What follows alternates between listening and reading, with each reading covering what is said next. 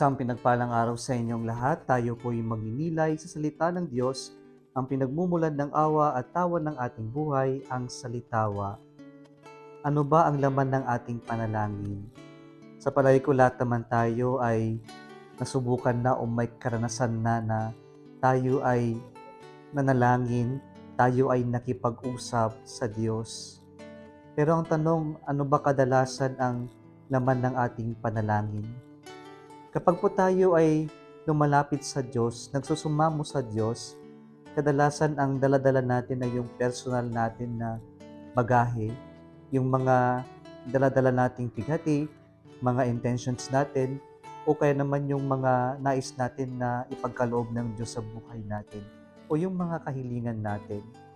Ano ba yung dapat nating attitude o mga nilalaman ng ating panalangin? Mga kapatid, sa ating pong ebanghelyo ngayon, gumamit ng talinhaga si Jesus. Dalawang tao ang nanalangin sa templo. Ang isa ay Pariseo, ang isa ay maniningil ng buwis o tax collector. Ito pong panalangin ng Pariseo ay maganda sa pandinig sapagkat siya ay naging tapat sa mga gawain, sa mga utos tungkol sa kanilang pananampalataya. Kaya kung pakikinggan natin yung mga sinabi ng panalangin ng Pariseo, talaga namang papalakpak ka sa kanyang pagiging masunurin o tapat sa kanilang mga gawain bilang mga Hudyo. Samantalang, ang isa naman ay isang tax collector, maniningil ng buwis, na kinuturing na traidor at makasalanan sa mata ng tao. Kaya po yung sa kanyang panalangin ay hindi man lang niya maiangat ang kanyang paningin sa itaas, ngunit sinabi niya sa kanyang panalangin, "Forgive me, Lord, O God, be merciful to me, a sinner." Yun lamang yung kanyang panalangin.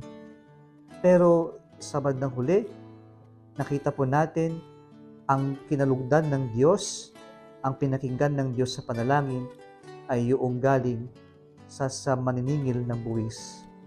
Mga kapatid, bakit nga ba pinakinggan ng Diyos ang panalangin ng maniningil ng buwis na isang makasalanan at itinuturing na traidor ng mga kapwa Hudyo niya? Una sa lahat ay napaka mapagpakumbaba ng panalangin ng maniningil ng buwis. Sa harap ng Diyos, alam niya na siya isang makasalanan. Alam niya sa harap ng Diyos, wala siyang may pagmamalaki. Kaya po ito yung kinalugdan ng Diyos na panalangin, yung mapagkumbabang pagsubamo o paglapit sa Diyos. At sa ating katekismo, alam natin na dapat sa ating panalangin ay meron tayong tinatawag na acts, na siya rin ipinakita ng maniningil ng buwis. Una, sa ating panalangin, dapat may adoration. Yung we acknowledge the presence of God. We acknowledge that we are addressing our prayers, our intentions, our communication to God. Pangalawa is, letter C, ay contrition, na yung ating panalangin, gaya ng panalangin ng maniningil ng buwis, ay yung mayroong pagsisisi sa lahat ng ating kasalanan, pagkukulang at pagkakamali sa buhay.